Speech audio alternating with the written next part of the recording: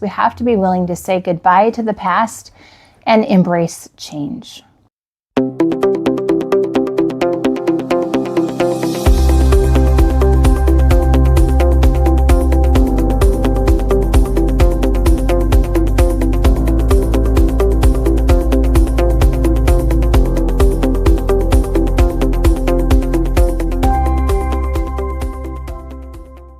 Hey friends, Catherine here. Welcome back to my channel, and today we are going to be discussing day 2 of my devotional series called Not Just a Believer, a Transformational Journey Through the Book of Matthew. We are starting book 1.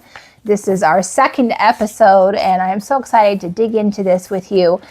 And so today I want to encourage you to go and read Matthew chapter 2.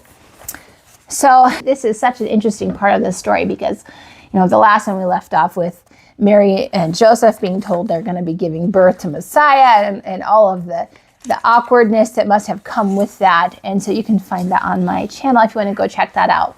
But today, what I find interesting about the text in Matthew chapter 2 is that God speaks to them again through an angel and tells them to pack up everything and to leave suddenly. And they have to leave, they have to move, they're not safe, and God calls them to go somewhere else. And so this happens a couple of times, I think, where they have to go somewhere for a census, and they have to move again, and then after Jesus is born, they have to move again. And so you just see that the repeat pattern of having to constantly change things. And sometimes God does that in our lives, where he calls you to just pack up and move, or maybe he calls you to leave an unhealthy situation. Maybe you're in a toxic environment. God's calling you by faith to just get up and go, to start over somewhere else. Or maybe it's not anything negative. Maybe it's just God saying, hey, I want you to move from here to here, and I'll tell you why when you get there. That has happened to me and my husband many times, where we took a step of faith, felt the calling of God on our heart to leave, move to another state, and without really knowing all the whys behind why God was moving us, we just trusted him and we obeyed. We went through every open door God gave, and we moved by faith, and God provided. God made a way. And I'll just share one story. My husband was doing a job transfer to find a more permanent position because he was in kind of like a part-time position in his job. And so God opened up the door to a job in this small town. And so we just packed up everything, sold our house, and we left. And so God, in all of that, made a way for our house to sell, because it was back when the economy was really bad and homes weren't selling and it seemed impossible, like we weren't going to be able to sell our house. And yet God, in the last minute, when we thought it's not going to work, God sent a buyer, and he provided not only a buyer, but he provided the funds that we needed to also move. And so this whole thing was just miraculous, just the hand of God on all of it. One thing after another, God began to open up all those doors as we began to take the steps of faith and go where he was calling us to go. This has happened several times in our life, where God's moved us or called us to a new church or a new community, and God always makes a way. He always provides, even when there's hard things along the path. And so I just want to encourage you with that today, that, sometimes in order to do what is right, the best thing for our lives is that we have to be willing to make the change. And sometimes that means saying goodbye to the past and embracing what's ahead. And so the encouragement I have for you here is that God restores what the locusts have eaten. God makes a way when there is no way. He has a way of fixing things and healing things. But also, sometimes when God tells you to leave, the challenge for us is to break those heart ties and allow our heart to connect to the new place where God has you. It's that saying of bloom where you're planted. And it's that picture of the story of Lot's wife, where they're taken out of the city. It's in a hurry. God's going to judge the city, and God tells Lot's wife, do not look back. And I think as an angel tells her, don't look back. You're going to turn into a pillar of salt. But she can't help herself. That's my home. That's my people. Women, we're very attached to things, people. We're attached to our relationships, our home, our places. And so saying goodbye is traumatizing. It's hard. And so because she looks back, she turns into a pillar of salt. That applies to us too. It's like as God calls you to something new, calls you to change, calls you to begin to walk away, we also have to be willing to keep our eyes and our gaze and our heart focused on what's ahead.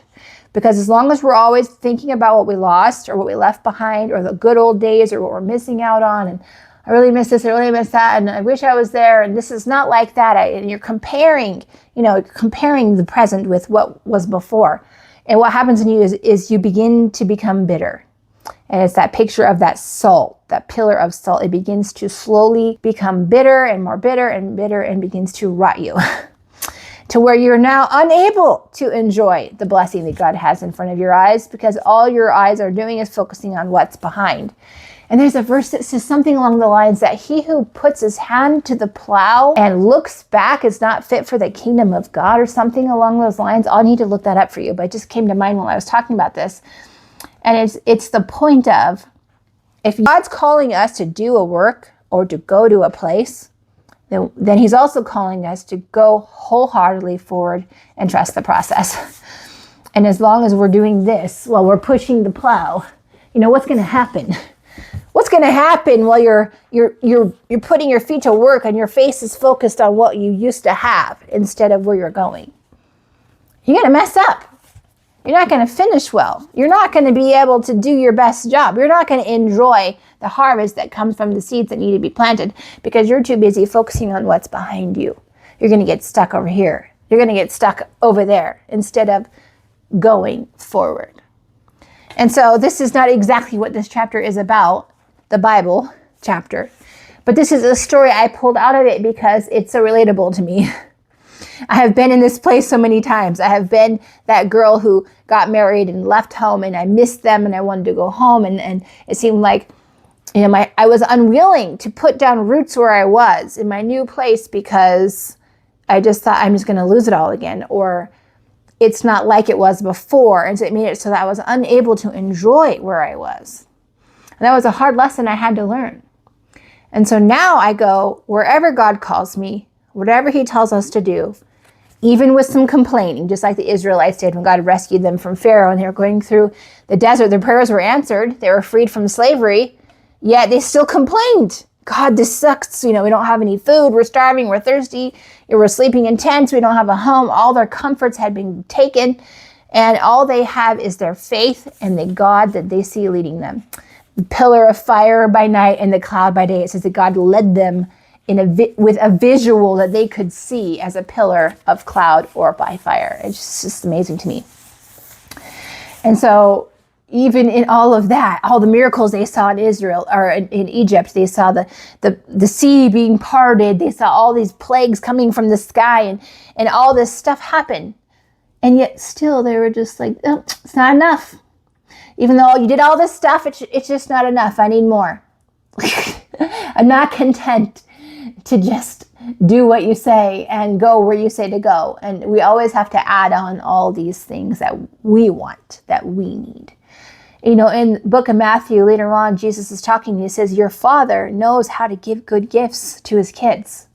He's not a bad dad. He's not going to give you a snake when you ask him for some bread. He's not going to give you a rock when you need something. He's going to give you good. He wants to bless you. He wants to provide for you. He wants to give you good things. But he also wants you to want him, to trust him, to walk even when sometimes you don't understand the why behind why God's saying, just go, just trust me. But I can tell you from experience that when you get to the other side, when you begin to step in the water, just like walking into the Jordan, as they began to step in, that's when God began to part the sea. And so sometimes God miraculously removes barriers for you. And then other times God calls you to walk by faith. And then as you walk, the barriers will begin to be removed. And so I find it more often in my life that God calls me to walk before he begins to remove the barriers. And, faith is not passive. Faith requires action. It requires trust and courage. Because it's not easy to change. It's not easy to start over. And we have to be willing to admit when we're broken, to face those pains, those hurts, those complaints that we have. They're not wrong. You can give them to God. He cares about that too. And allow the grieving process so that you can let go. Saying goodbye is hard. Maybe you're not they didn't pass away. Maybe just leaving is ripping you up inside, and God's telling you it's okay. I understand. And you go to him and give him the pain and allow yourself to grieve. Allow yourself to grieve. Walk through that with Jesus. Let it go. And then you, with all your heart, put down roots and say, Lord, I'm going to do my best to bloom where I've been planted. I hope this encouraged you in some way today. You can go dig deeper if you want to get this book on Amazon. You can also find it on my website, km-ministries.com. Please do me a favor, hit subscribe, make a comment for me so that I can read it and write you back and encourage you in some way. And I can't wait to talk to you again in the next episode.